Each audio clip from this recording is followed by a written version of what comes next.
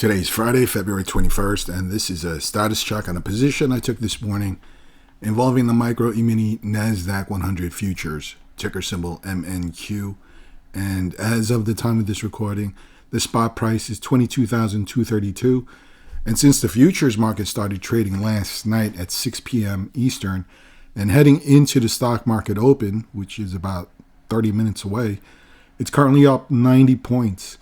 So this is the chart layout at the 7-day 10,000 tick level, which means each of these red and green candlesticks equals 10,000 trades, consisting of both buy-side trades and sell-side trades. This candlestick right here is the current candlestick, and in the bottom right corner, that candlestick at this point has tallied up a little over 1,000 trades having been executed so far. So whenever this reaches 10,000 trades, a new candlestick will be generated. So from this broad look back, I've marked up this chart with a few reasonable support and resistance levels. The most local level is 22,191 and a quarter. And we can see that during the overnight session and heading into the pre-market hours, price broke above the local support resistance level, essentially recovering this entire drop that occurred yesterday. So since this drop early yesterday morning, it spent all day and all night grinding its way back to the upside to its current position here. So this entire drop has now been nullified. However, while this pattern does appear bullish, using this red candlestick here, the low, the 7-day low, as an anchor point, it appears the current market structure is inside between these two yellow trend lines, where this bottom yellow trend line is acting as another layer of support and resistance. And right now we can see that price is ranging between the yellow trend line and this dotted line. We can see that price is getting rejected here. So it's possible that this trend could start rolling over heading into possibly mid-morning or sometime this afternoon, possibly retesting 22,191. If that does occur, then it's possible that fear may come back and profit taking, and that may initiate a chain of events to push price back to the downside.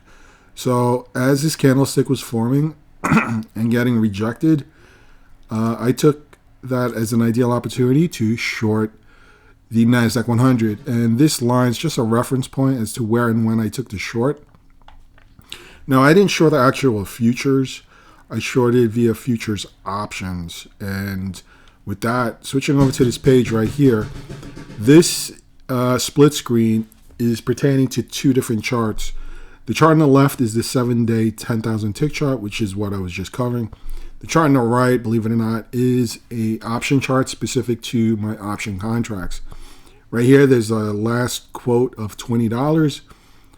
This is the last traded price for an option contract. And right below that is a string of letters and numbers. This is the actual option chain. So for someone who's not familiar with deciphering an option contract, the best way I can describe this are as follows. D4AG25. That the first half of this chain. So 25 is the year. G is the alpha code for the month of February. A is the alpha code for Monday. So A is Monday, B is Tuesday, C is Wednesday, and so on. So this is saying the expiration is involving the fourth Monday in the month of February, which is February 24th. So that's the expiration date. When buying an option contract and bearish, I'm on the put side. So that's what the letter P is pertaining to. 21,900 is my strike price. This is where I need price to be at prior to this Monday's trading session coming to an end at 5 p.m. Eastern time. So 21,900, just going back here, puts it right back here, slightly below the 7-day low. So 21,900. So that would be a sell-off, most likely into some part of today's trading session. Picking it up Sunday evening when the futures market starts trading at 6 p.m.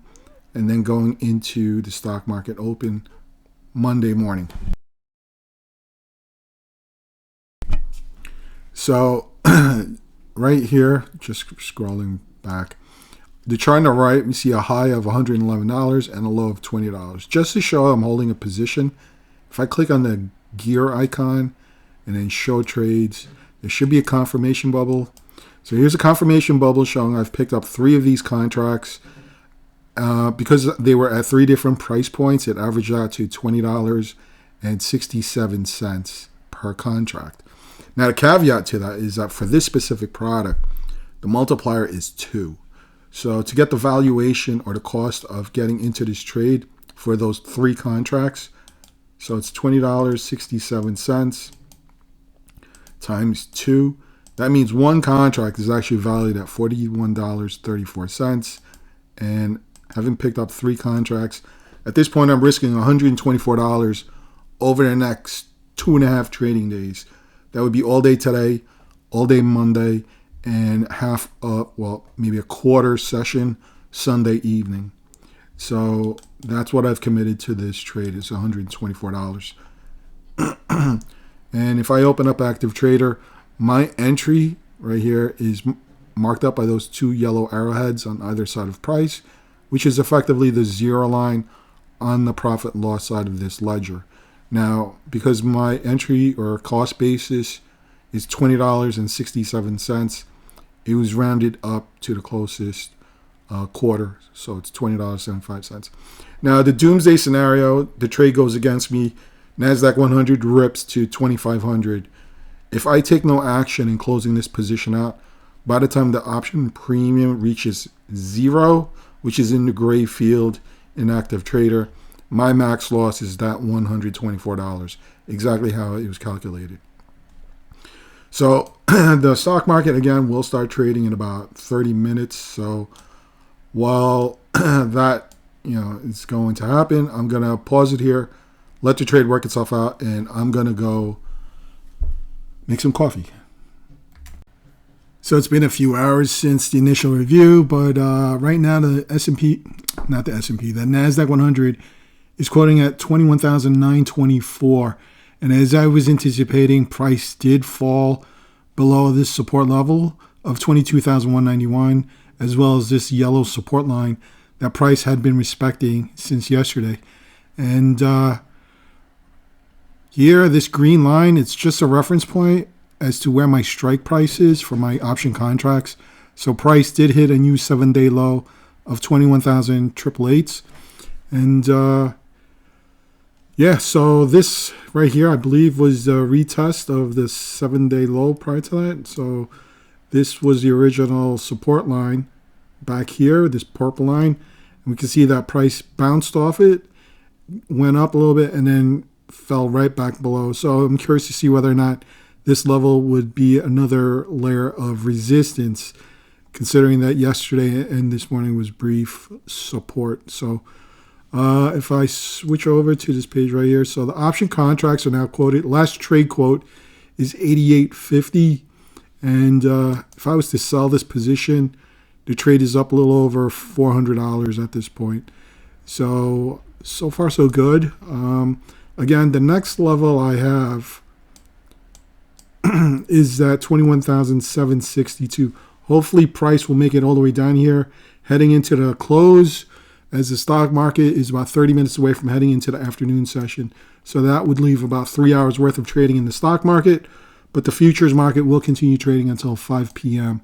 later this afternoon. So that's it for now, and I'll pause it again, and I'll be back in a few hours. So the NASDAQ 100 is still sliding to the downside. It's a few ticks away from testing the support level of 21,762, as it just recently hit a new 7-day low of 21,772.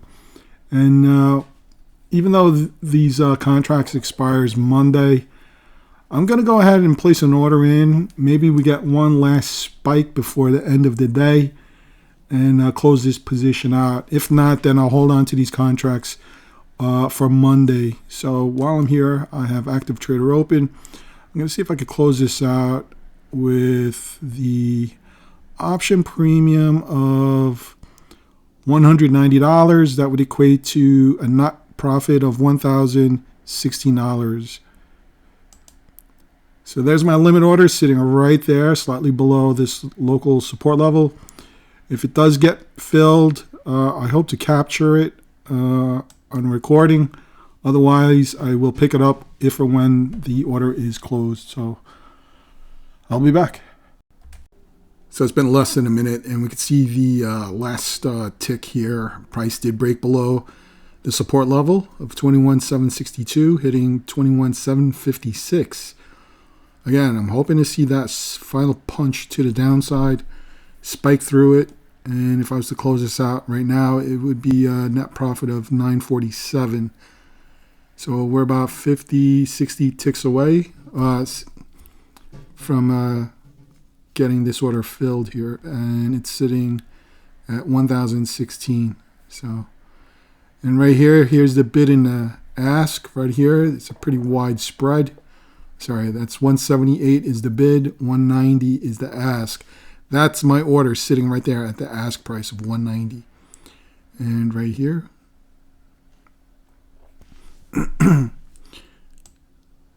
and again, my entry was right here earlier this morning.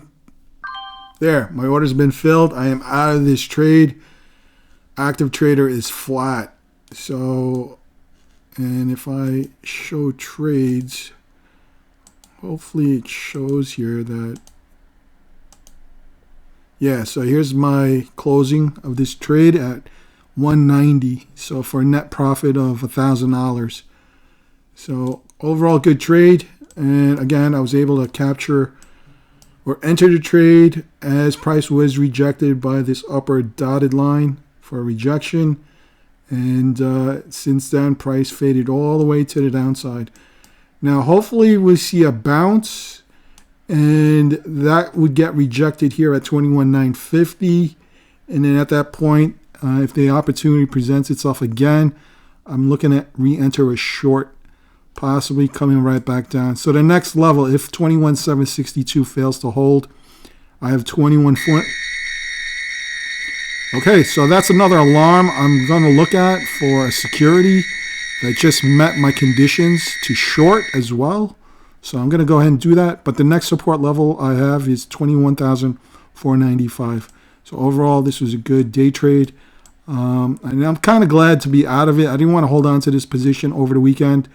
So until the next setup, I'll see you.